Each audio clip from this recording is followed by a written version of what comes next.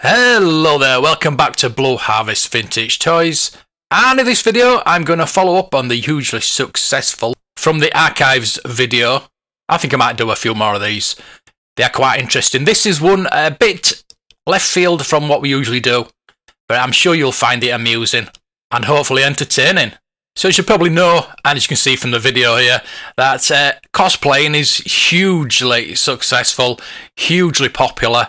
So many people doing it now, and it's a massive part of the Comic-Con circuit. From the biggest cons, San Diego, D23, Star Wars Celebration, right down to the smallest local Comic-Cons. But I bet you didn't know how long this tradition has been going on.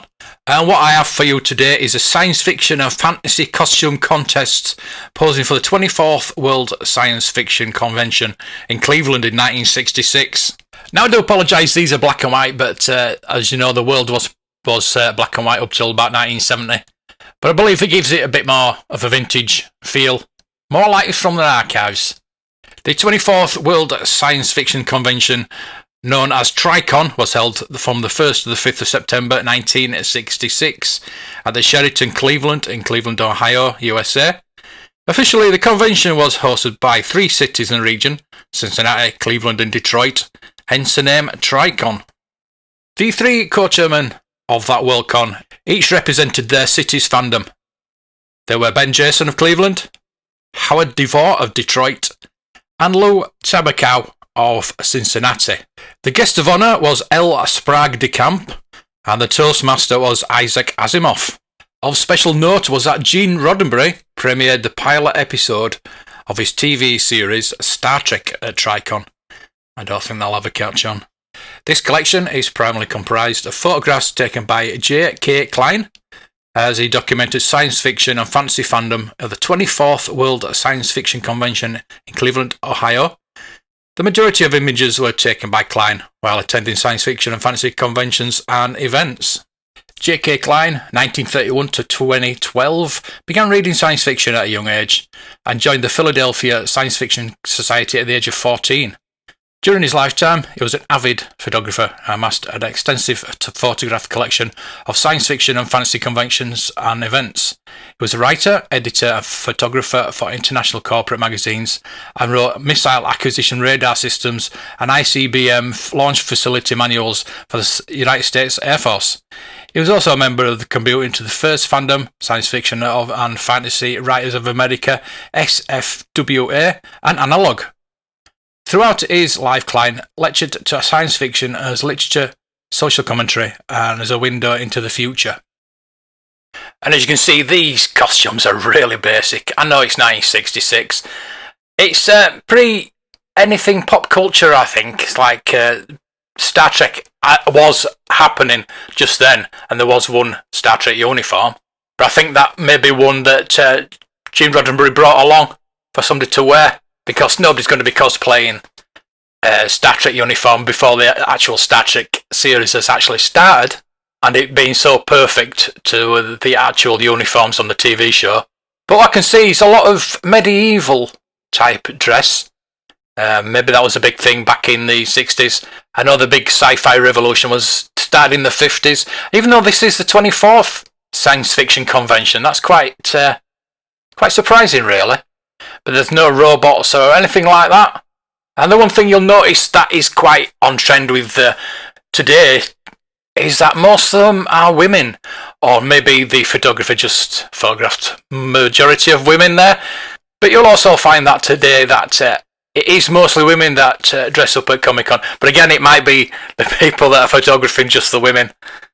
I don't know.